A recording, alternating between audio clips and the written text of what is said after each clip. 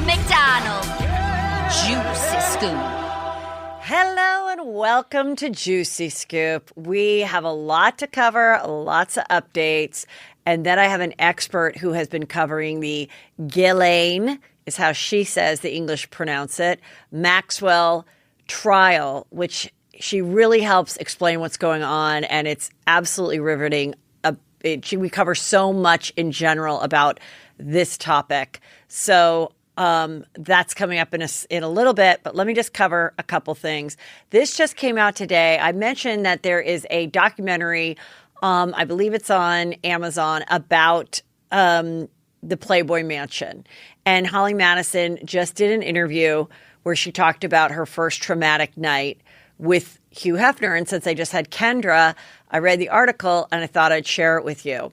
So she said that she, was introduced to the Playboy world, and she went on her first date with Hugh, and she went there to ask if she could move in to the mansion and be one of the girlfriends. This is when he had like 7 or so girlfriends, right around 2000. It's when I remember I got the invitation to the New Year's Eve party. This is the one where then I called and RSVP'd with my husband and never got invited again. But it was he and his 7 blonde girlfriends. So this is before Girls Next Door. And she knew that you'd have sex with him. Of course, she knew that was part of it. But she says, but I really wanted to move into the mansion and experience that life of being a playmate that lives in the mansion. And after the evening, she went up to the room, and she kind of thought that she'd just be observing or really decide what's going to happen. She didn't know what was going to happen on the first night. She said he was pushed on her, I assume by other people, because we now know that it was a lot of group sex type of activities where I believe he was always the only man, but several girls would hop on, hop off. I mean, there's a lot into it. So afterwards, she said it was very traumatic. She couldn't believe that everybody just watched it happen and didn't say or do anything about it. But then she felt like, well, I came here to move in. I've already had this awful thing happen to me. I'm okay with it continuing, I guess. But rather than just go home with a traumatic memory, I might as well just get what I came for. So I said, well, can I move in now? And he said yes. And then they went on to date. And, if you watch the show, she very much wanted to marry him. And anyway, it's just very interesting how these things happen. And kind of in having Kendra's interview recently, I just find it all really fascinating. I believe both of their experiences, and I find the honesty pretty riveting and not surprising at this point. I feel like everyone now in 2021 is like, all right, let me just be honest with what I was thinking, which is why I always say I am waiting for that actress to come out and say, yes, I did sexual things with Harvey Weinstein because I knew that was the only way that I could get the part. But once I got the part and proved to the world I was a really talented actress, I never had to do anything that I didn't want to again because now I was legit actress. But I knew I would never be seen or make it or have that opportunity to show the world I was good unless I played this game. And I was like, you know what? I can suffer for 20 minutes and be disgusted if it means I can be a Hollywood actress. You know that these women exist. And I'm begging you to come out and tell your story on Juicy Scoop or even another podcast. I don't know why you would, because I'm at the top of the charts as a female. Thank you. I also talked about this article that I remembered my mother reading me from the LA Times in 1998. And thank you, everyone who sent me the LA Times article. But they also, Daniel sent me this one from Entertainment Weekly, which was really even a little more concise. So the woman was 32 and she was pretending to be a 19-year-old writer. And her story was, and coincidentally, Entertainment Weekly had put out that she was one of the young stars to watch in entertainment. So she was put on one of those lists. And she came out here after she graduated from high school in 1984, and she was very little. She was like 4'11", 93 pounds, and she was always trying to get these acting roles. So she always presented herself as younger, and she wasn't doing great in acting. So then one day she's like, I'm just going to sit down. And she wrote this pilot called The Two Sisters. And it was about two high school sisters. Somehow it got to UTA, United Talent Agency, which is a big agency out here. And they were like, oh my God, this is amazing. And because she was presenting herself as a 18-year-old actress at the time, even though she was like 31, 32, she also did that with the writing. So then they bring her in and they're like, this is amazing. You're this like protege genius, this young girl that can write so well. This is exactly what we want. We're going to put you under our agency. They throw her on Felicity, which if you remember that show, it was about a girl in college. So they're like, this is perfect. We actually have a person that knows how to write, that's only 18 years old, that can really do great on the writing staff. Felicity threw her 19th birthday party when she was in fact 32. She wore like baggy clothes. She talked about how hard it is to be a high school person. She pretended to have a crush on Jonathan Taylor Thomas or someone like that. That was like, I don't know, some kid on a TV show. Amazing. So once they found out, and I find it really interesting how she lied, because when you get a real job and you're in Writers Guild and stuff, you got to show your paperwork to get paid, to get insurance. So that's kind of, I don't know how she got past that. I don't know if she actually like secured a fake Social Security card. But I think that's why more people have not gone this route, because it's kind of genius. It's all about youth. And of course, actors have lied about their age in the past. I remember Rebel Wilson actually sued a tabloid and won because they outed her saying that she had lied about her age when she had never lied, but people assumed she was younger because she was in these Pitch Perfect movies. And she's like, them putting out the fact that I, in fact, lied made me, lose jobs. And she won.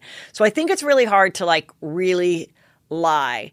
I haven't heard of anybody successfully doing it. So my next quest to the Juicy Scoopers is, can you find me this girl? Her name is Riley.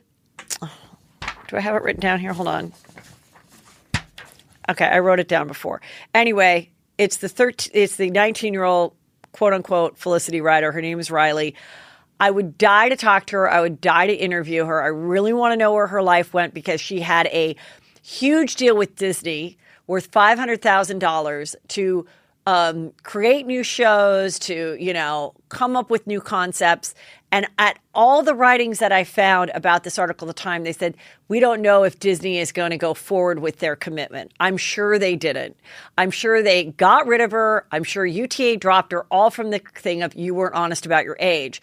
But that kind of sucks, because if the writing was really good, I find the whole thing fascinating. Then someone else sent me this movie that came out about 5 years ago. It was like a Sundance film, which, by the way, you guys, I'm going to Sundance, and I have not getting a huge influx of invites, okay? It's therealheathermcdonald@gmail.com, okay? I think you want me at your events. Anyway, it's a story of this guy, J.T. Leroy. Anyway, what this movie is about is a female writer who appears to be like in her 40s, started writing these books as this person named J.T. Leroy, who was a young boy who was the product of a prostitute and a truck driver, who lived a very poor life, who was sex trafficked, and wrote all these books that were very popular that people wanted to put into movies and everything. And then everybody wanted to meet J.T. Leroy. So the 40-year-old female writer had a young friend who was female, and she threw a blonde wig on her and made her dress like a boy. And that J.T. Leroy went out to parties and stuff. And Winona Ryder thanked him, quote unquote, him at an event. And so this isn't the first time people have taken on a different persona as a writer. But I think what made the story about the Felicity Ryder interesting is that it wasn't someone writing books as, you don't know if it's a boy or a man or a woman writing it. She was presenting herself in meetings, in production meetings, pretending that she's turning 19, all of it on a set in a writer's room every day. I mean, imagine like the references and everything to go, oh my God, yeah, like I remember because I was, 10 when that happened. And then like keeping up with the math and all of that when you know you're 13 years older than what you're pretending to be. Fascinating, fascinating. She's in Hallmark Movies now. Who is in Hallmark Movies? Riley Weston.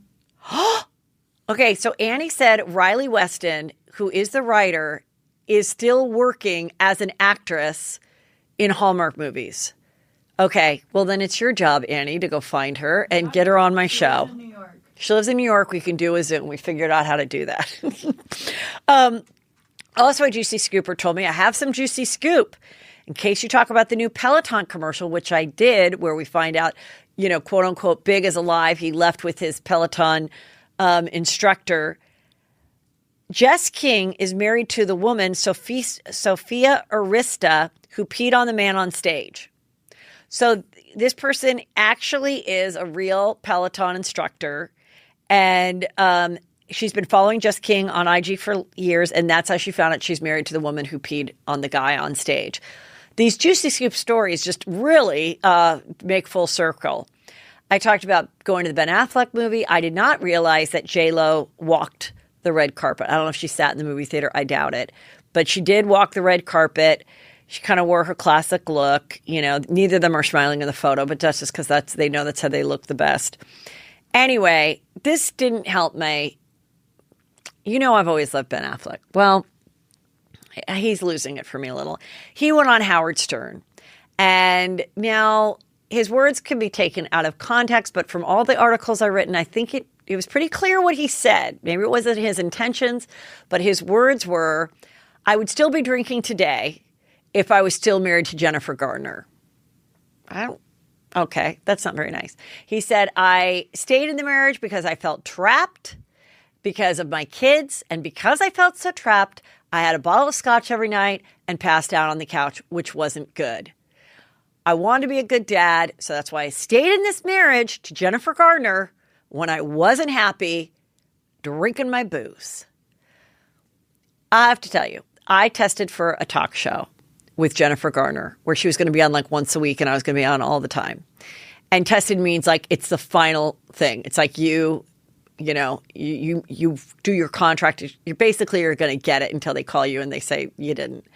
Anyway, it was talking about like sex with your spouse, whatever. And at the time she was married to Ben Affleck, and you know how horny I got for Ben Affleck in The Town. Not in every movie, not horny for him in The Tender Bar, which I just saw. That did not get me horny. He's smoking too much. And I didn't like his hair or wig or whatever that was. It's on Amazon Prime. Anyway, she said, the other night, we both woke up at 3 a.m. and went to the bathroom and we're like, well, better now than never. And we had sex. And I'm just like, are we supposed to pretend that you're not married to Ben Affleck? Like, I'm now imagining Ben Affleck at you at 3 a.m. in your Pacific Palisades home, just like boning in like the rising sunlight. Like, stop. Okay. And I'm trying to get this job. Anyway, there's also a scene of them like on a street corner. It looks like maybe they're doing pickup or something for the kid.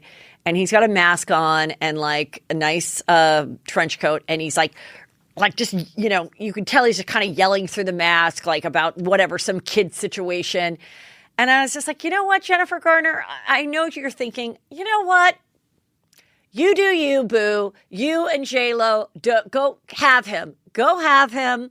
Enjoy the cigarettes. Go have him. Go let him blame you for shit. I mean, I drove you through a drive-through at Jack in a Box before I took you to rehab.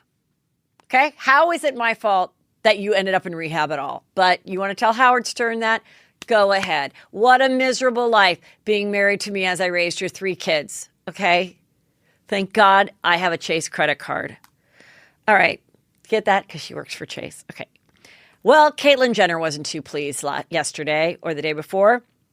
Caitlyn put on her stories at Beverly Hills Hotel, fuck your horrible service for not letting me have lunch with this tiny rip in my jeans. Shame on you. Disgusting. I've been a patron for decades. No longer at Dorchester Collection. Dorchester Collection, who owns the Beverly Hills Hotel, along with a lot of other places. Ripped jeans is a weird thing, okay? I've been to a country club, and one of the weird, strict rules that they have, which if I ever bring a girlfriend, I have to tell them because you wouldn't think it. You cannot wear ripped jeans. And most guys don't have ripped jeans, but girls have skinny $300 ripped jeans that are super stylish, and you wear them with a little booty, and like, you know, you're dressed to the nines, whatever, they won't let you. And they put it in their guidelines at the Beverly Hills Hotel. They're like, no casual hats, no sleeveless shirts for men, no ripped jeans.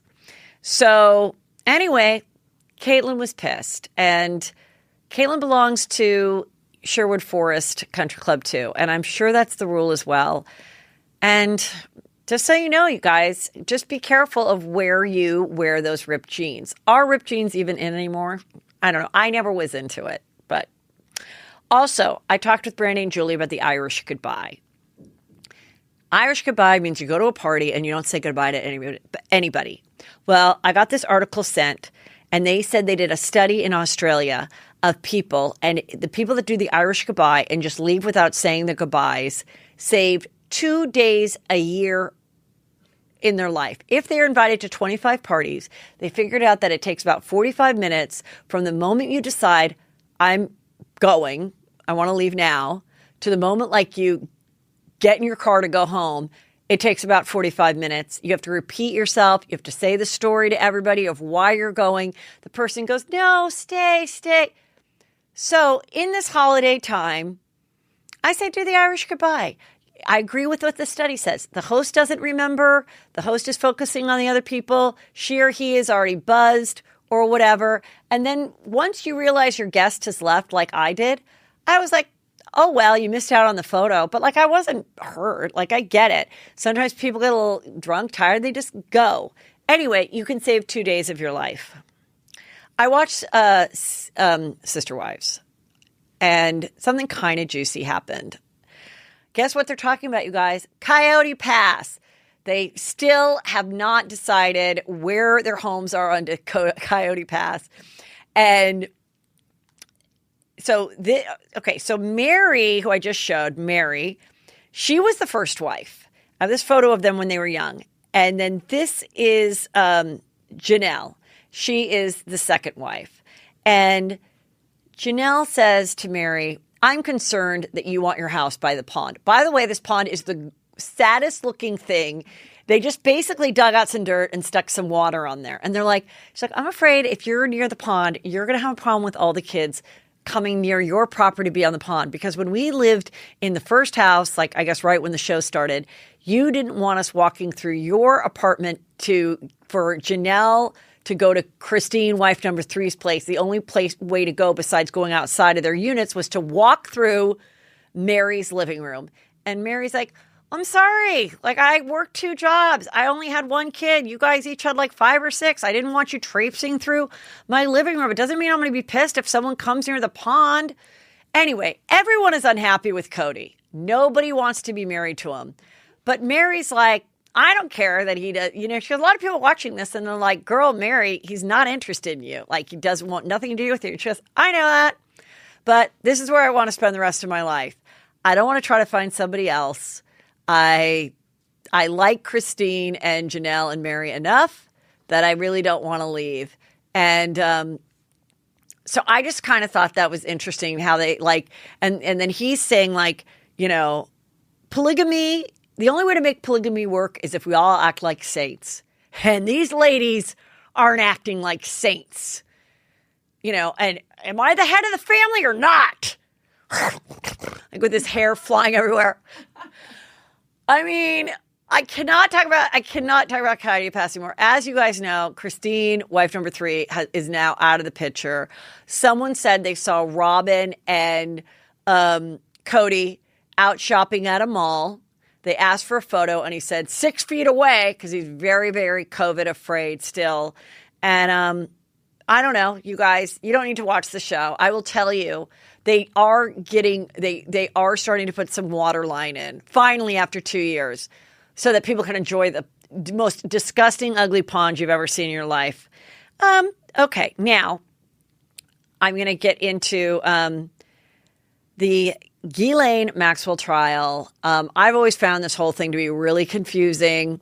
We get into the real juice of it with someone who's been covering it, and you will love her. Also, you guys, what you will love is going to see me live. I'm going to be at the Tempe Improv February 4th at 7 p.m. and then 2 shows on February 5th.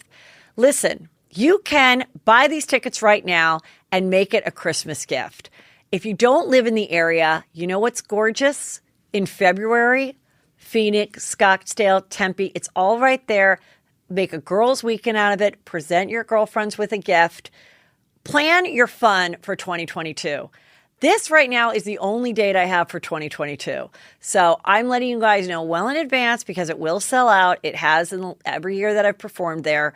So get your tickets. It's a great gift. Also a great gift is Patreon. A lot of people are asking for Patreon for Christmas from their husbands or their moms or whatever. You could get it. I have so much juicy scoop that I'm going to be sharing this Friday. You want to listen to that.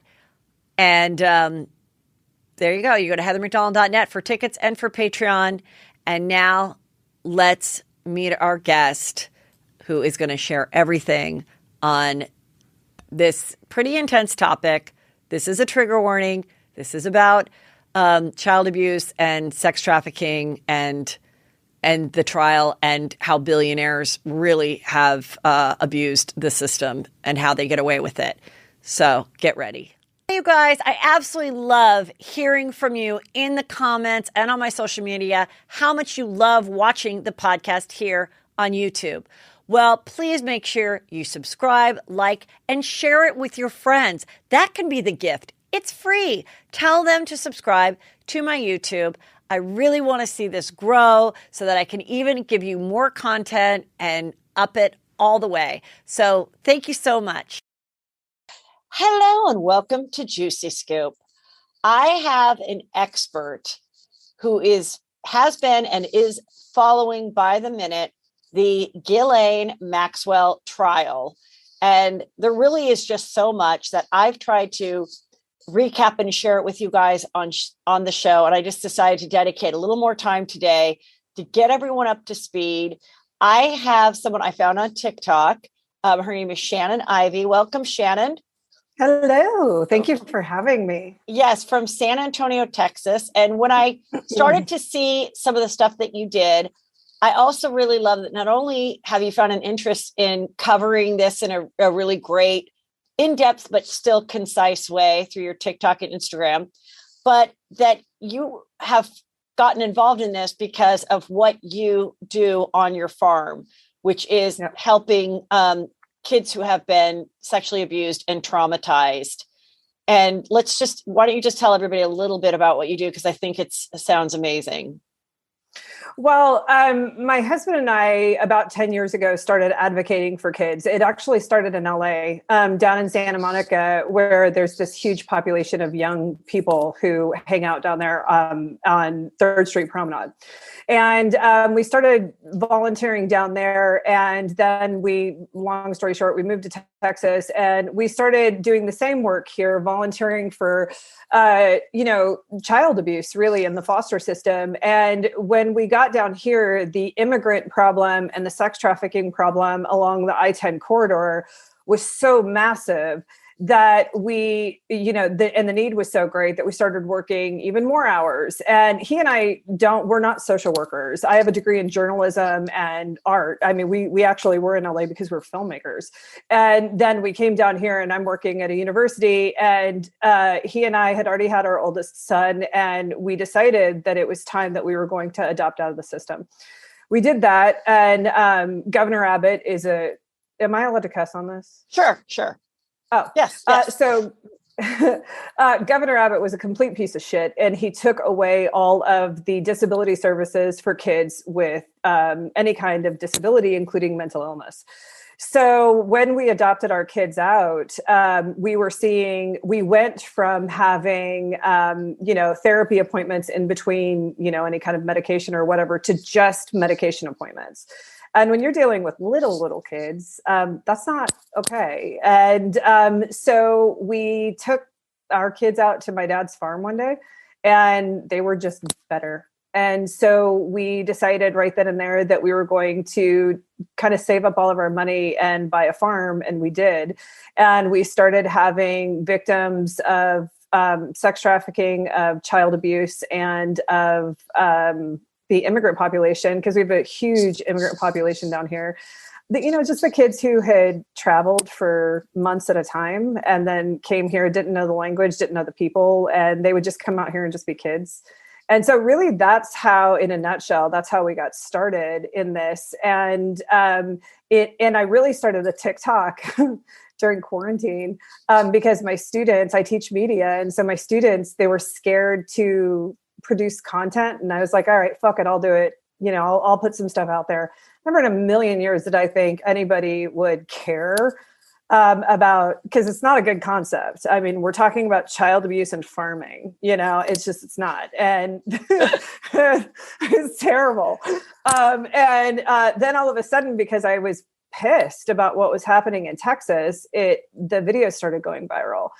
And then skip to the Ghislaine Maxwell case. I saw very quickly that they were going to ignore it. And they being mainstream media.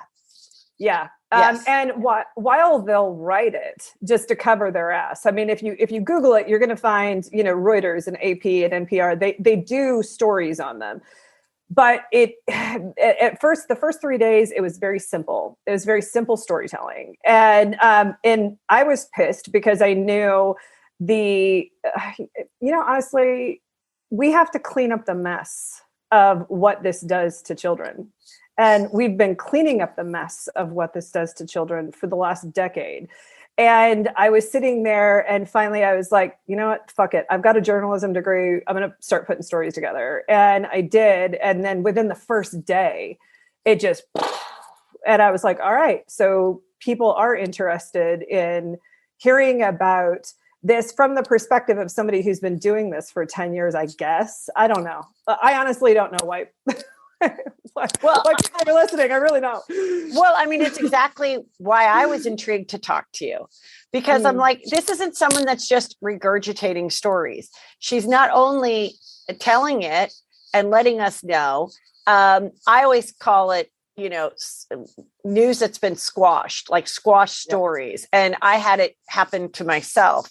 When I had something happen, I did a long interview about it and it never came out. And I called the person and I go, what happened to my interview? Oh, my editor doesn't feel it's relevant anymore.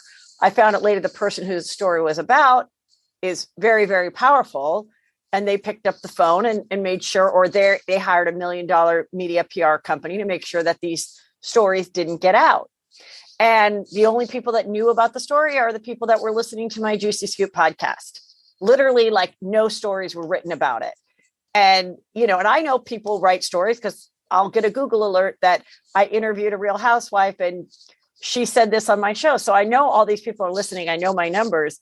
And it was just and I was revealing this entire juicy story about my previous owner of the podcast company that I was at 5 years ago. And it was before Me Too, and nothing was getting about it. And that's the first time I realized. And then when we found out through Ronan Farrow and everything he did with Weinstein, everything, how this has been happening for years. And then, of course, with Epstein and the first round of trial that he went to and everything. So I love that you're doing it. And I love that you are a genuine person that's not just like, oh, I'm doing this because it's juicy and I'm the only one doing it. Like, you're really out there to help children. And my sister is also an attorney for children for reunification of families and, children and sometimes the parents. And it's rough, and so I sometimes hear what she goes through in representing sometimes either side. She has to do what's best, and it's just really hard. So I appreciate what you're doing. And I love that these kids are responding so well to just being out in nature with the animals and everything. I think that's amazing. Yeah, it's pretty cool. I mean, I hate talking about my kids at all, but of course, I mean, you're a mom too. And so it's hard to not talk about your kids. But I mean, this last year, I'm sure you know what a trauma-versary is. It's when something really terrible happens to somebody. And then it seems like that time of year is when triggers start to happen, night terrors, panic attacks, things like that. And after being on the farm, this was the first year that one of our kiddos had nothing on their traumaversary. Like it came and went. I mean, and in years past, we've ended up in, in hospitals and such. And this year was the first year. And so I don't have any science on it. Like I know that there is science on it. I just know that it works. And, we might as well, if we have it and we've been blessed with it, we're going to give it away. And I feel like that's kind of the same thing that's happening with Ghislaine Maxwell, is that there's a lot of very academic approaches to looking at this trial, but they're not actually looking at it from the kid's perspective or from the abused perspective. And I think that there's so many people out there, particularly women, who have been abused, who've been traumatized, who have been touched inappropriately, that I think that those 4 victims connected with abuse victims all over the world. And I honestly think that that's why there's this underground movement to know more about the story. Okay, so let's get into it. What day are we on of this trial? And then let's cover all the big, juicy things that have happened so far. So we're on, well, it's weird because we should be on like day 13, but we're not, because we took a 3-day break. And we just found out like now why we took a 3-day break. And it's because Judge Nathan was confirmed today to be the Second Circuit Court Judge of Appeals. So that is a federal position that was appointed by Biden. And that happened today. And she was Senate confirmed like an hour ago. Like I saw a picture of it like an hour ago. And so that's why we took a break, which I find fascinating. And I don't want to pour into conspiracy theories, but it is suspect, it's weird. And why is it suspect that the fact that now she's Court of Appeals and she's covering this? Explain why people find it suspect. Well, because none of the names are being released. So there are hundreds of pages of call logs. I believe the last number I heard in Ghislaine Maxwell's Black Book was 2,000 names. And Judge Nathan has repeatedly said, I don't want to do any unnecessary name dropping. And so the question is, why not? Because these are not people. And, of course, the lawyers are saying, well, it's because they're not on trial and it's not for the public good, which I call bullshit on that. Because if you have an elected official making decisions for the masses and that person is in cahoots with somebody like Epstein and Maxwell, then yeah, it is for the public good that we know who it is and we don't vote for them. We do have power and we don't vote for them, but we have to know in order to make that decision. And them quashing that, just like you, them not letting us know, I think is very suspect. Yeah, definitely. So one of the things I saw, like a special or whatever, after they had arrested Maxwell and her brother was speaking and they were saying, that she's in these horrible conditions in the prison, which I believe they sound horrible. I don't think prison's ever fun, but because of who she was, the flight risk, the people she knew, they were going to keep her in this prison until the trial. And one of the thoughts was, is the prosecution trying to get her to break to share these other powerful names? What is your thought on that? So I've sat through a lot of court. And so I'm looking at the conversations that she's having with her brother right before the jury walks in. And I can't help but think that she is in solitary confinement all day and she's considering, hey, you know what? I want you to go talk to this person or talk to that person. And then little things start to come out, right? And God, I hate to go into any conspiracy theories of like what I think, because at the end of the day, we have to just deal with what we know and what we're being given. So my whole channel will blow up. with having nothing but a bunch of conspiracy theorists if I give any oxygen whatsoever to a possibility, because then they're going to be like, Shannon said, and I don't know. I don't know that I want to postulate. I think that could they try to get her to break? Yeah. I don't think she is. There was one time that I was in court with and I was there advocating for children who had been very, very badly abused. And I saw the father in court, and I'm standing there and he's just staring at me. And so I said, hi, I'm Shannon. I want to let you know that they're okay, and because at the end of the day, this person's a human who's probably been in the cycle of abuse. And maybe they'll learn something. I don't know. And he chest butts me and says, I know who you are. And I was like, all right. And I just kept real cool. Well, he proceeded to just stare at me all the time, just stare at me. Wait, so what was he on trial for? Child abuse. Oh, okay. And he was denying was he denying that he was guilty? Well, this is kind of my point. It was about control. Oh, I don't even think he cared about being guilty. And I see that in Ghislaine Maxwell. I see her behavior of staring at the artist who is creating renderings of her. I see that in her staring down the witnesses. I see it in her staring at the jury.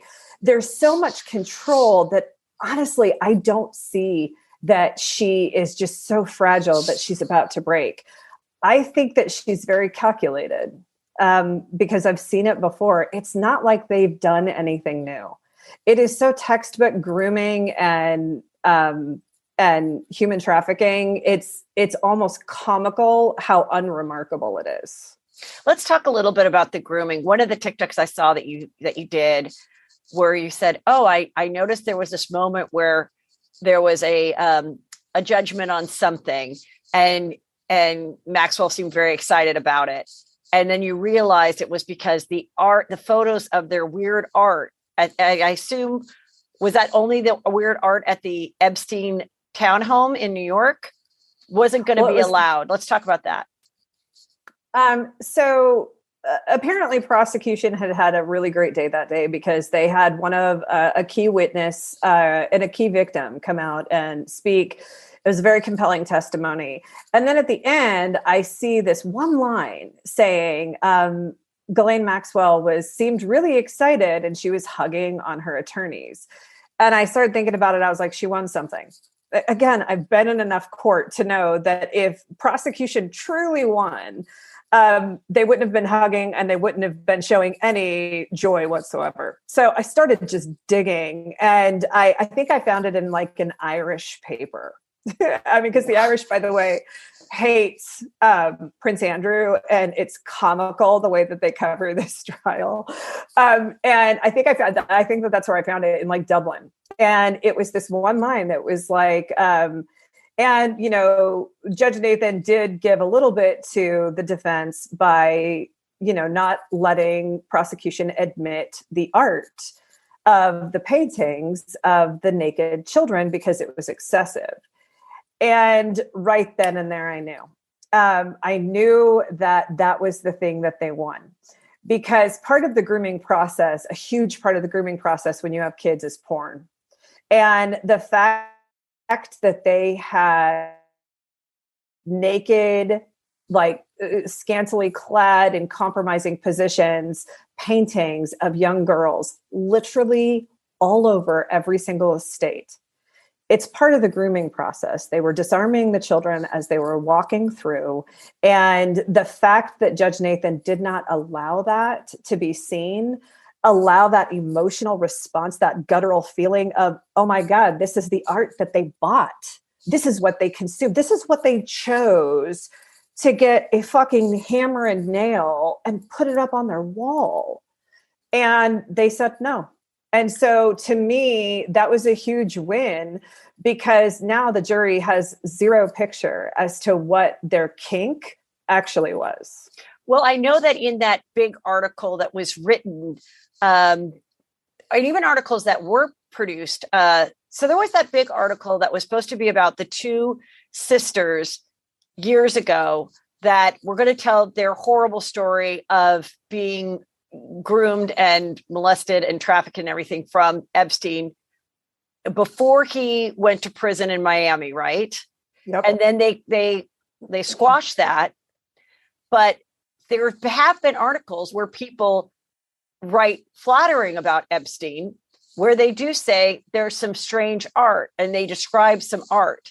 So to someone who studied it, we know that there's been weird art. We know that when there was a dinner party at his house in 2008 with a lot of celebrities that happened to be invited, and I'm not saying these people are guilty of being there, but, you know, Woody Allen and Sun Yi and Katie Couric and Chelsea Handler, they were all there. I mean, I remember after being at Chelsea lately, Chelsea telling us, you know, oh, I sat next to Woody Allen, you know, because I got invited to this dinner. And I can see why people just don't know the history and they go to a fabulous party while they're in New York because Katie Couric invites them, you know. Right. So I'm not saying everybody that's taken a photo with Harvey Weinstein at an awards thing is guilty of anything, you know what I mean? Right. I've been at a party where someone's wanted to take a picture with me and I'm like, oh, fuck, I don't know if I want to be in a picture with that person. Like, what am I supposed to do? You know? So I think there's an element of that where I don't like the pointing at every single person that's ever been in a room with these people, but it was, again, about the weird art.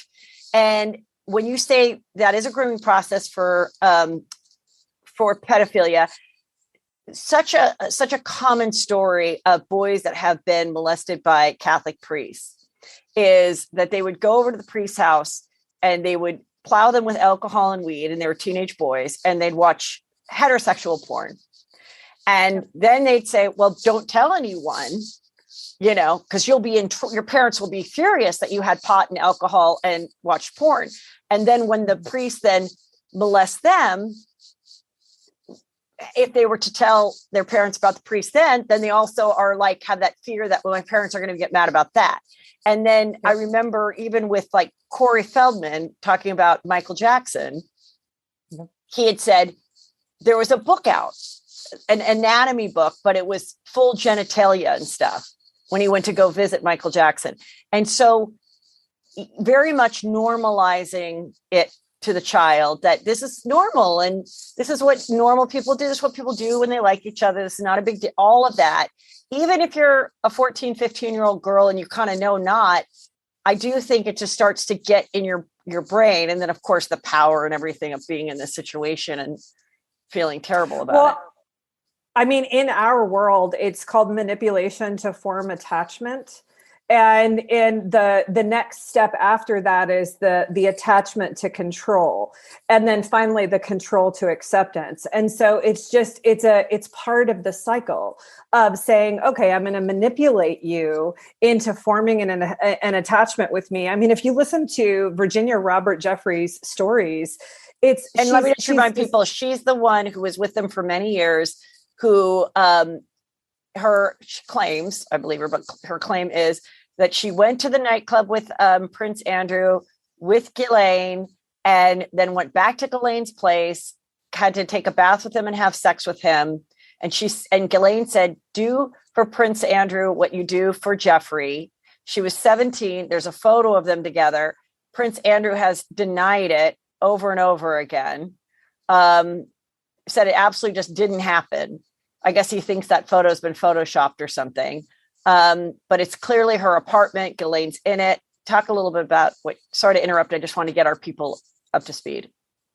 So, I don't remember what point we were making. We were saying about Virginia, that what she was trying to say about the manipulation and the acceptance and all of that. Oh, the way that she was describing their relationship. She kept describing their relationship as a family, which is so indicative of children who've been abused or trafficked. I mean, one of the constant questions that is in every single one of my threads is, well, where are the parents? Well, most of the parents were in either active addiction, they were dead, they were missing, they were dirt poor. And people are like, how could they do this for $300? Well, I mean, that's a tremendous amount of privilege to say something like that, because clearly you've never had to choose between rent and food. And that's the type of poverty that we're dealing with. And that's point number one of the grooming process, is finding your mark or finding your victim. And the way that Ghislaine Maxwell found her victims was so textbook. And so when we're looking at this entire thing, things like the art absolutely matter. And I just don't think that the prosecution, because God bless them, they're like, what, 20 years younger than Ghislaine Maxwell's team. I mean, and I'm not trying to be ageist or anything, but that's just 20 more years in a courtroom where you know how to manipulate the room, you know how to manipulate testimony, and they're going on the offensive and they're brutal about it. I hope that because the jury is a jury of New Yorkers, I hope that the handbook that is so ridiculous, I hope that they are common enough people that they're going to look at all of this and go, of course she's guilty. I think what I find confusing, and I want to clarify for the world. So there were these girls that were like literally in junior high that lived outside of Palm Beach. And, one met somebody through Epstein, started to come over, would do these sexual massages, and full rape everything for money. They then recruited their other friends who were, like you said, poor homes, not two parents. If there were, they probably both were addicted, really on their own from like 14 on. All of that is what originally got Epstein in trouble. They did do a trial and testimony, and then he got this ridiculously small sentence. Because why? Because the girls were teenagers? Why did that happen? Okay, so first of all, one of the confusing things is that the age of consent is different for each state. And even in Paris, the age of consent was 15. And so the stuff that they did to Kate wasn't technically illegal because the age of consent was so young. I believe at the time of Epstein, the age of consent in New Mexico was 16 years old. Oh, that's where he had the big estate where he would get people he would talk about how he's going to do all this like DNA science engineering for MIT and get these people. He would donate all this money and everything. And then he had this like sick situation going on at that fancy ranch out in New Mexico with all these girls being subjected to torture. Yeah. And everybody thinks that everything happened only on the island, and it didn't. And a lot of like Trump, he had gone back and forth domestically. A lot of people aren't looking at the fact that Donald Trump owned an entire airline at the time that he hopped on Epstein's plane. He didn't need the ride. He literally owned a fleet of airlines or a fleet of aircrafts. One of the things I find interesting about the period, though, when he got off, number one, it was the local people who said, all right, I've had enough. Vanity Fair, the New York Police Department, and the FBI all knew about Annie and Maria Farmer well before anything happened in Palm Beach. Those were the two sisters that shared their story. What year? Right. In 2002. And then in 2003, Vanity Fair hears and they said, hey, you know what? Do the story on this socialite Epstein. So she goes out, she does. And one of her sources says, he's a pedophile. I've got somebody, you need to talk to them. And so the entire story shifts. She goes and she interviews them. She thinks she has this great story. And then Epstein shows up at Vanity Fair before it even opens in Graydon Carter's office and threatens him. And then the head of a dead cat ends up on his porch. And so Graydon, yeah. Yep. So then Graydon kills the story. But here's the messed up part. That fucker, and I have zero respect for him because that fucker then goes in 2017 and he was just so scared that he had to kill a story that ended up hurting so many girls. He's pictured with Ghislaine Maxwell at the Vanity Fair Oscar party. But he was just so scared that he could not run a story about two young girls. And it like every time I think of that, it infuriates me because I mean, Graydon Carter was the it guy. I mean, he's the guy he had a restaurant, for God's sakes, that only, a certain level of people could get into. It's just disgusting. And that decision that he made hurt countless kids. So, countless. okay. So like, let's do a little timeline. Okay. So the article gets killed. Then it comes out about all the young girls just outside of Palm Beach in the poor areas. He gets this, he'd go for 8 hours a day on a weekend or something to Miami. Mm-hmm. He gets out. He starts rebuilding, not even rebuilding. People come to the parties, come to the dinner parties. He's donating all this money to like MIT and acting like he's like this scientist or whatever. So that's like 2009, 10.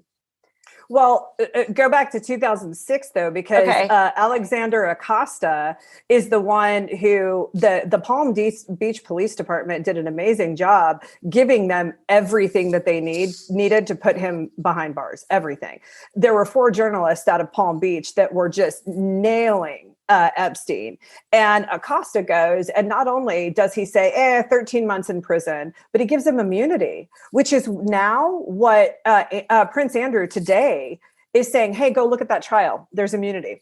Like there's like, we need to pull all of that stuff up. I'm not guilty. There was a bunch of stuff that came out today about Prince Andrew, and I haven't done a ton of research on it, so I don't want to talk too much about it, but yeah, I mean, so when you're looking at, and then Trump putting Andrew Acosta or Alexander Acosta into his cabinet, and so you see these little pieces of how he got away with it. And at the local level, those are the only people who had the balls to stand up to him.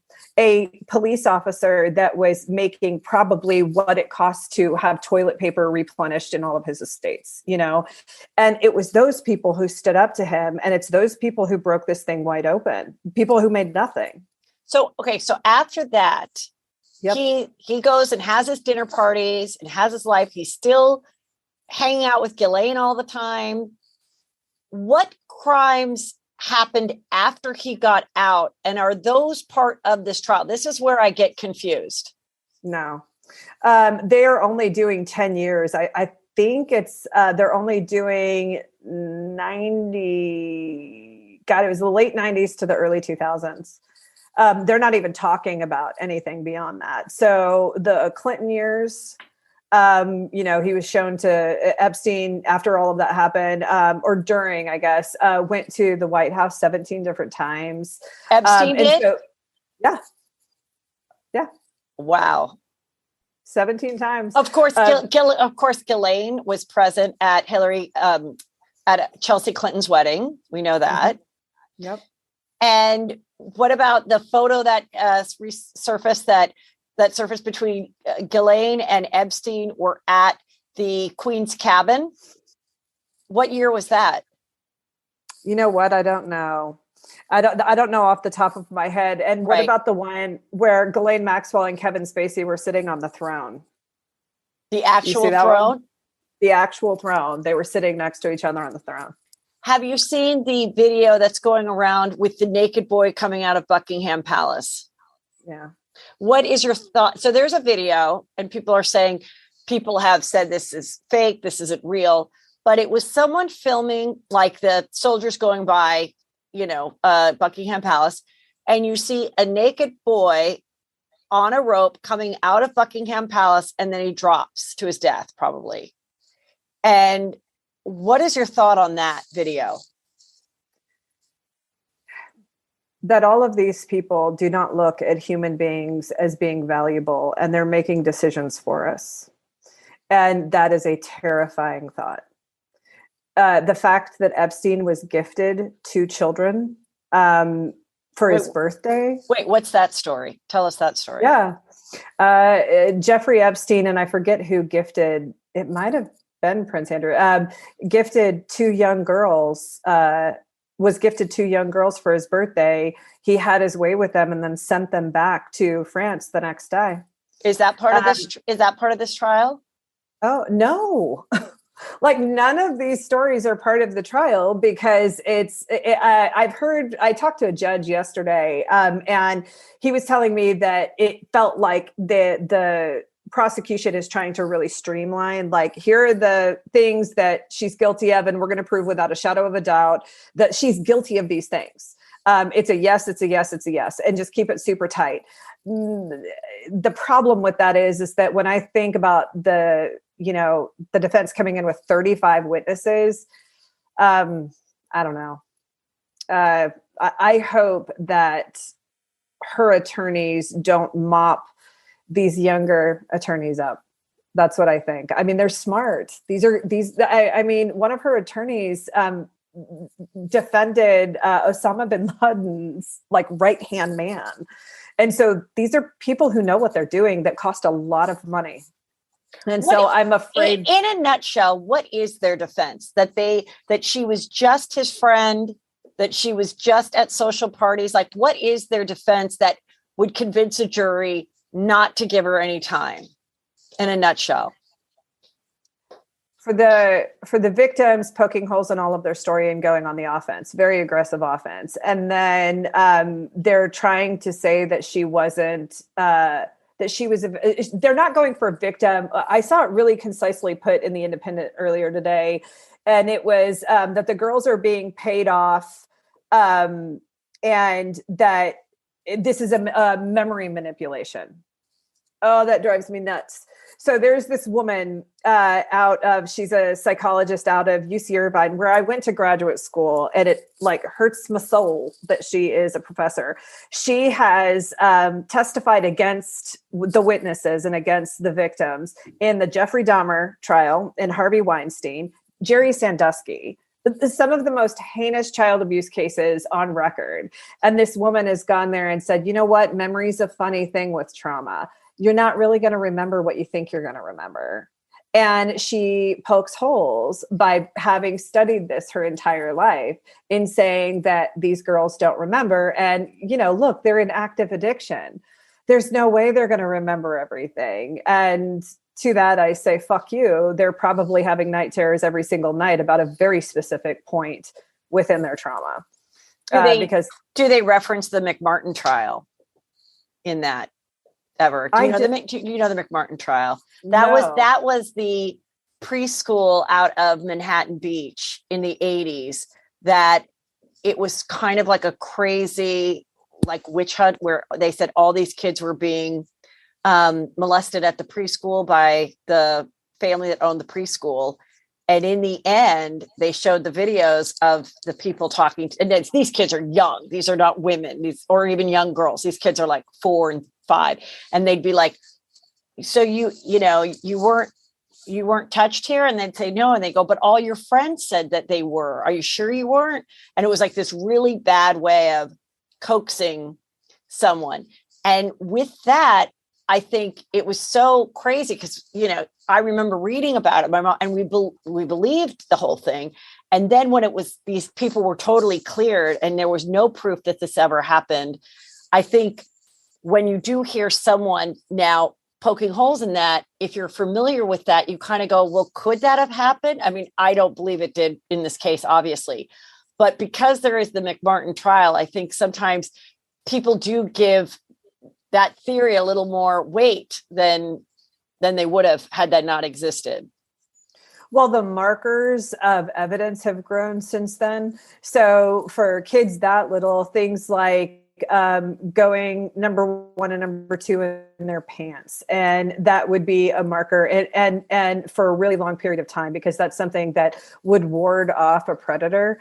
And so experts now look at different things other than just what is communicated by a child, and so particularly that young.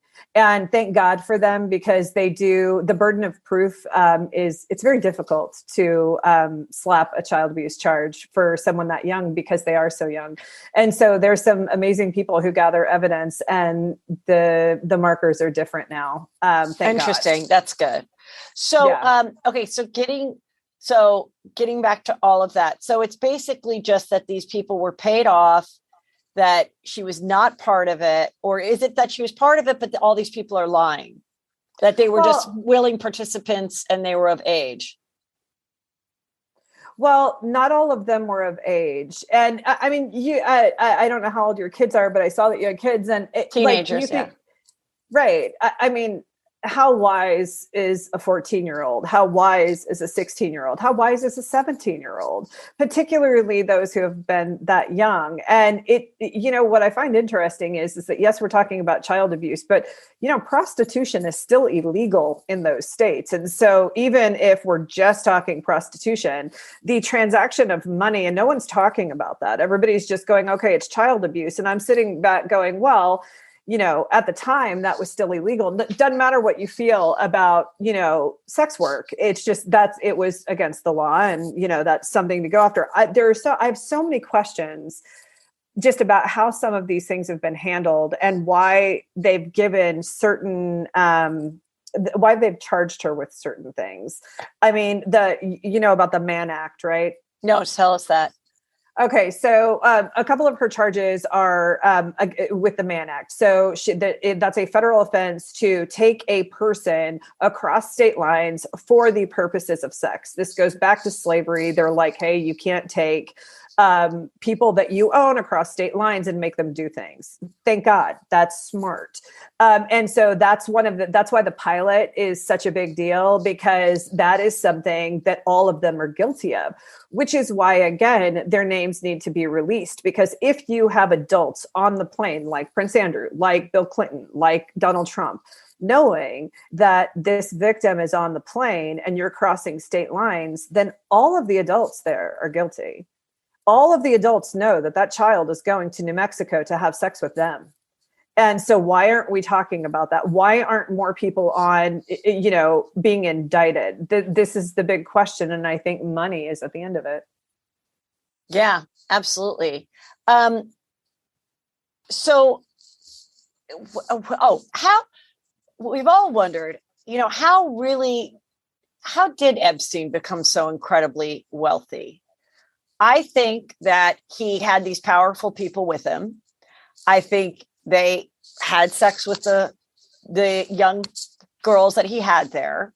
And then I think the next day he was like, I have proof that you're, having sex or getting a blowjob from a 15-year-old girl. Invest in my company, give me $2 million, whatever. That's my theory, because I just don't understand how he became so wealthy. What is your theory? Les Wexner. I think that's where it started. I think he started by conning his way into managing money. I mean, the guy barely had an education and ended up teaching college because he conned his way in. He's a classic narcissist who thought so highly of himself that his confidence, people bought into it. And I'm sure he was charming. However, and I think he got into the fold of Les Wexner, who owned Victoria's Secret, and he was able to use, hey, you know what? I know the guy who owns Victoria's Secret. You want to come? And so many girls said yes, because they wanted to be in the circle of Victoria's Secret, right? Right. And so I think that's where he got a big chunk of his money. But then I agree with you. I think because, oh my God, the hard drives and the DVD, that whole story just drives me crazy. What's that story? What is that story? So he has this big treasure trove. It's widely known within the Epstein circle that he had an inordinate amount of security cameras. They're everywhere, right? And he's recording everything that everybody does, including in the bedrooms, in the bathrooms, everywhere. And he's got this treasure trove of software, of hardware, of DVDs, of all of it.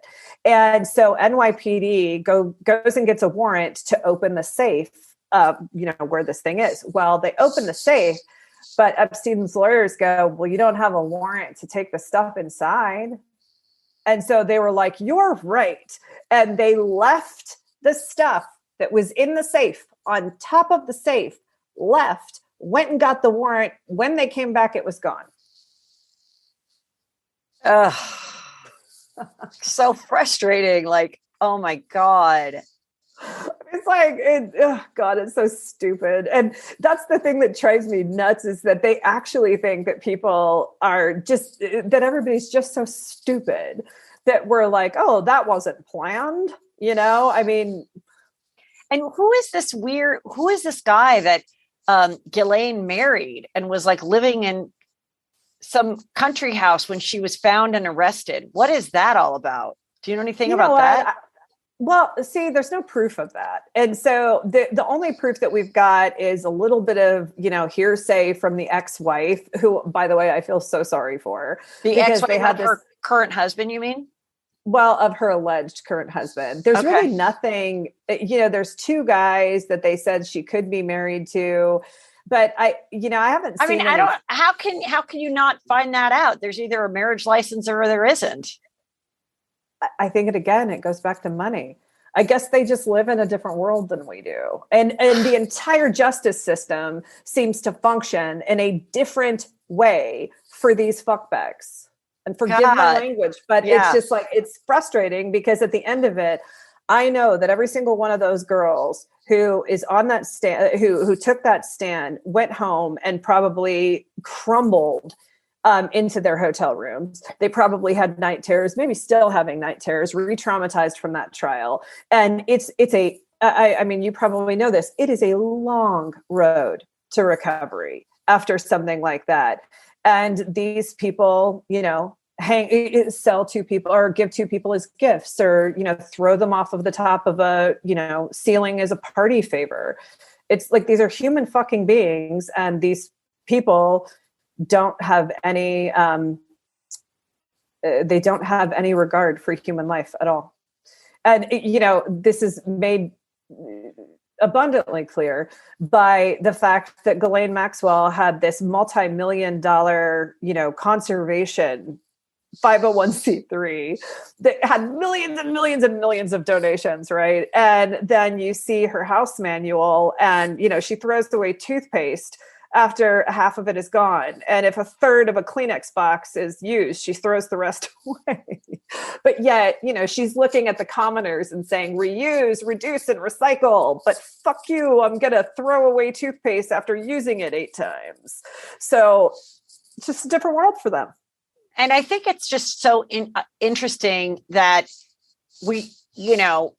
she is a female. She is on trial for this. And that's another thing that we've become more and more aware of is how complacent women are in pedophilia, how oftentimes they are active participants in it. You hear about people that have been kidnapped and the wife or, the female companion is the one why the person felt comfortable going in the car with them because there was a baby and a woman. So they're like, oh, this family can give me a ride. And then they're like their sex slave for, living like the girl in a box. That was the story of the girl in a box story, is that she was kidnapped by a man and a woman with a baby in the car. And she thought she was just hitchhiking. And so this is just a much wealthier version of that. Yeah. And the dangerous part about this is that it's going to set a precedent for everything that's underneath it. Because if the demand is not exposed, then that's going to embolden all of the people who are on like the south side of Houston right now, trafficking, young girls in seedy motels, because really that's what trafficking looks like in the real world, is people trafficking for a WIC card or rent or food. Women and children. You can buy a WIC card is how you buy, food or it's a government subsidy. Right. That's what human trafficking looks like in the real world. It's why the Atlantic piece pissed me off so bad, is because it's like, oh, it's fake. And they went and they sought out every single possible conspiracy theorist around human trafficking. It did not talk to a single person who actually works in human trafficking. So you're talking about made up. So wait, that Atlanta thing. So was that story true or not? Which was tell the Atlanta story first. So the Atlantic that is owned, that publication Oh, the that Atlantic. is owned by Lauren Powell Jobs. Yeah. So they sent this poor writer who probably didn't know out to find every conspiracy theorist on the face of the planet about human trafficking with all the QAnon stuff. And she found them and she did a whole story and said, oh, you know, America's great, in parentheses, fake human trafficking epidemic. And then she proceeds to tell us all in long form journalism how fake this human trafficking thing is. Well, everybody who works in the human trafficking world read that article and was like, no, the conspiracy theorists are fake. What you didn't put down there is that we are prosecuting victims of human trafficking as prostitutes. And so the numbers are skewed. There's so many. I did a video on it because after I read it, I was like, this woman didn't even remotely do research on human trafficking, particularly not at the commoner level, I guess. And then there is a... you know, it's like you can't make this shit up. There's a picture of Ghislaine Maxwell and Lauren Powell Jobs, who owns the Atlantic, sitting poolside, you know, in bathing suits, like laughing and giggling. And that comes up. It's like, you can't make this shit up. Can't make it up. Yeah. Shocking that she would write that story or have that story in her paper. Yeah. Yeah. And it's like, and people are like, why do people have conspiracy theories? Well, right there, you know, there's a picture who's released of you like hanging out with Ghislaine in her bikini, giggling away. And you say that human trafficking is fake during the Ghislaine Maxwell trial in a fairly well-respected publication. You know, I mean, the Atlantic does good work. And that was it was so insulting to everybody who works in this line of work. So insulting.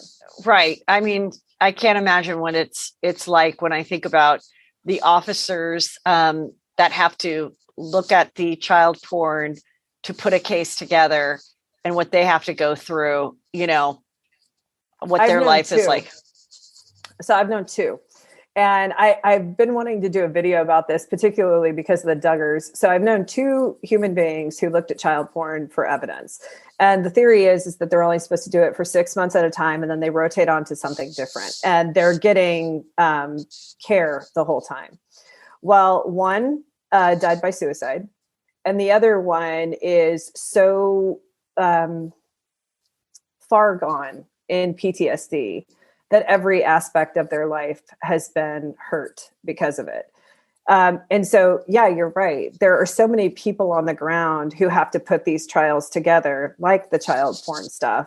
And people like the Atlantic didn't talk to any of them. They didn't talk to an immigration officer. Immigration officers see human trafficking every single day. Not one person was interviewed from immigration or Child Protective Services, who fights it every single day. And it's just like, you know, it's again, these aren't their kids. Like, it's not rich kids who are getting trafficked. It's poor kids. It's broken kids. It's kids of color. And so, yeah, why would they actually tell the truth or do an article on it? You know, they're going to say, oh, those stupid hicks that are coming up with conspiracy theories. And yes, they're ridiculous. But why not tell the real story of like what's going on? So what are the good things that the prosecution that are points for the prosecution that has happened so far in the trial? You know, I think one of the most compelling arguments, honestly, was I think it was Caroline. So all of these women are now middle-aged, right? And so they've learned some things. And I believe it was Carolyn who came in there and she was broken, you know, and everybody who was there said that her testimony moved the jury. And I think that the jury had to look at somebody who admittedly said she's on methadone. She's on, you know, because she's had an addiction for a long time. She's on a high level of Xanax because she's having to get through what happened to her. And that's what we see. Like, we see that profile. And what was her story of abuse with Epstein? This is so messed up. That the very first night so she came from a mother who was had active addiction, and her mother allowed her grandfather to molest her starting at age 4. So she was brought in. I don't think that her, you know, pyramid higher up was revealed that day. But so she goes in and she's told that she has to go give a massage to an old guy, and that she's going to get a couple $100 for it. So And she how goes and in how there, old is she at that time? 14. Mm-hmm. And this is, I believe, in Florida. And she goes in there, she starts massaging him. He's on his back, and he starts to ask her, and so does Ghislaine Maxwell, starts to ask her about her abuse when she was 4 years old. Like, asks her about it. And so she's telling the story of being abused by her grandfather at 4 years old. He turns over, is turned on by that. And then he has like sexual, or asks for sexual acts during that. It's horrific. Ugh. I mean, when I read that, because this is his thing, right? I mean, of course he gets off on it. And I think one of the most shocking things, everyone said that the jury kind of gasped, is she said that she ran away with this boyfriend who also testified. And she came back and she was 18 years old. And when she went to him, because she needed money, and she went to him and he looked at her and he was like, "Do you have any younger friends?" And she said, "It was then that I knew that I was too old for him." And the jury all went, and so that's what I think the prosecution has done right, which is, this is why the pictures were so important.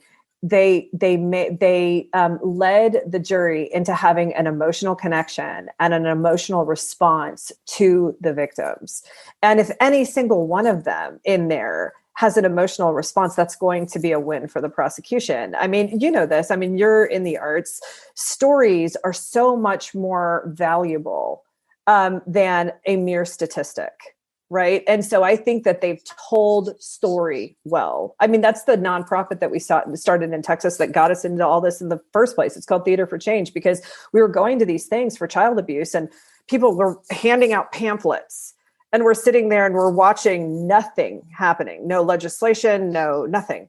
And so then we were like, wait a minute, we just need to put a camera on them and tell these stories. And we did. And then all of a sudden things started to happen. I think it's the same thing, that prosecution went in there and they looked at all of these girls and they said, okay, we got to tell story. And they did. And that's where they were successful. And then after seeing that, the defense had the gall and the sheer arrogance to sit there and go, are you sure you remember everything? Aren't you a meth head? I mean, aren't you a junkie? You know, and after having something, you know, someone bare their soul and break down, they come at her with the force of, you know, I don't know how they. Well, it's like in the documentary Leaving Neverland, and there's just photographic proof of Michael Jackson's companions out in public, how after the boy would get to a certain age, there'd be another boy that would be out with him for a couple years at all the events and Disneyland and red carpets. And then there'd be another boy. Yep. And the victims talked about that all of a sudden he blew them off. He wasn't interested in them once they became 16 or 15. I've heard a lot of people refer to that as growing out of their lust or growing out of their kink. And I think that that's a very apt description, because there's something that goes dark. I had this happen to me when I was a kid. I was groomed by a youth minister, and I remember it very specifically. I came home from college and I looked at him, and it's like he didn't even recognize me. And I was like, oh, and I've had the exact same moment of looking at someone who's groomed and that you've just aged out of their lust. And I think that that's what happened. And the jury got to hear that. So I think that was successful. Yeah. So, when do you, I mean, how much more do you have any idea how many more days this trial might be and what in fact she is looking at? So I've read a couple of different places that they want to be done by Christmas. Like before the Christmas holiday. I have no idea. And here's the thing about having done this for the last 10 years. It's really hard to predict what's going to happen on any given day in court. And it's really hard to predict whether or not something's going to come out, because I mean, it's kind of like the way that the entire thing started. They were supposed to open with Jane's testimony, and Jane was victim number one. But because the jury selection took so long, and I think that this is where the age of Ghislaine Maxwell's attorneys are coming in, they took a long time, completing the jury selection. And so they just had like a half day. And so had they started Jane on that half day, her testimony would have been cut off, which wouldn't have been as effective. So they had to start out with the pilot, and the pilot got up there, and P.S. he totally would have been indicted for, against the Mann Act as well, because he flew them over state lines. Right. And so he confirmed for the defense that, oh, I didn't see anything on those planes. Oh yeah, they were boyfriend and girlfriend, but I didn't see anything. Yeah, they were young, but they weren't underage. And so that's how the entire thing started. So it's really hard to predict what it is that they're going to do. These people are really good at their jobs. And, everybody's saying that, Comey's daughter, James Comey, who really loved Clinton, she's on prosecution, and people are saying, oh, that's why she's not letting the book go, the Little Black Book go forward, because she's friends with, her father was friends with Bill Clinton. Yada. Yeah. That's not great. Oh, what a tangled web. Oh my God. Well, I thoroughly enjoyed talking to you so much. And there was some of your TikToks are just amazing. And one that stuck with me was when you said, when you would get the foster children and you'd go to the store and you'd say, you can pick out some toys. And there was, just tell the rest of the story. Well, so we were placed with a child 2 weeks before Christmas, and beat up head to toe. I mean, black and blue everywhere, and which is another story.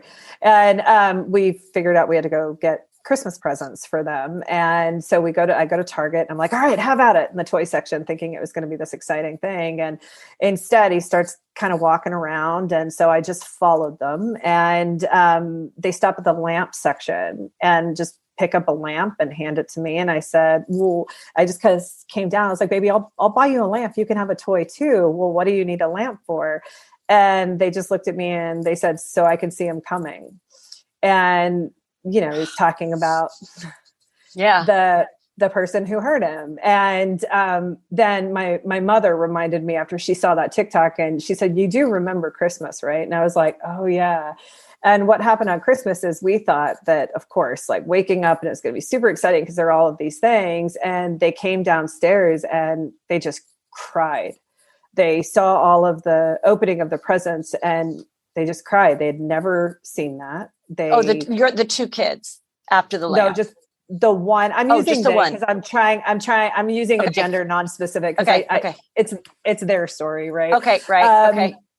And they came downstairs and they just bawled, just cried because it was too much. They had never been given that many things. They didn't even really know what toys were. I mean, it took 4 or 5 years to just take that kid to a playground and where they were free enough to just get on a slide. Instead, they had their head on a swivel, making sure that they weren't going to get hurt. I mean, this is what I'm talking about cleaning up the mess of all of this. There are, tens of thousands of people across the United States, across the world, who take the kids that are on these victims. And we're seeing that every day, where a 2.5-year-old can't go to a playground to play because some piece of shit decided that, they were going to ruin that child's life because they couldn't keep their dick in their pants. And forgive me for being crude, but it's disgusting. This is what I will say though. We're getting better at finding them. And so if anybody is doing this, who's listening, the technology is amazing.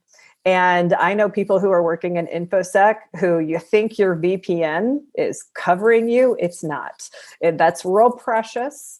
And I don't know what you're talking about, but I guess people would know what you're talking about. They will. Okay.